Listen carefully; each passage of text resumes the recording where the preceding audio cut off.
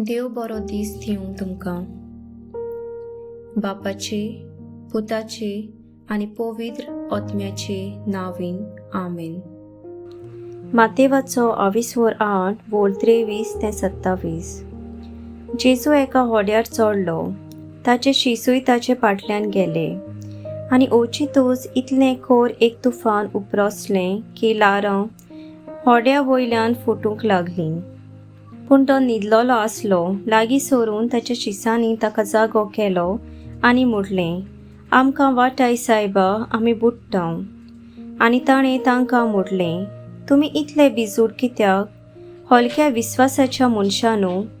मागीर उठून ताणें वाऱ्याक आनी दर्याक हुकूम घालो आनी एकदम थंडाय जाली. हें पळोवन ते मनीस अजाप जाले आनी म्हणूंक लागले, कसलो मनीस काय हो. वारो आनी दर्या लेगून ताचें आयकतात. सर्वेस्पराचें उतर. सर्वेस्पराचो व्हड उपकार. नियाळ जिवितांतलें वादळ मारता तेन्ना म्हज्या आदाराक पाव. दर्यांत होडें आलता दोलता आनी म्हजी शक्ती देंवता. हें गायन जायते पावटी आमी गायता. आमच्या जिविताचें आनी कुटुंबाचें होडें मारेकार तुफानाक सांपडटा तेन्ना आमी कोणाक उलो मारता काय?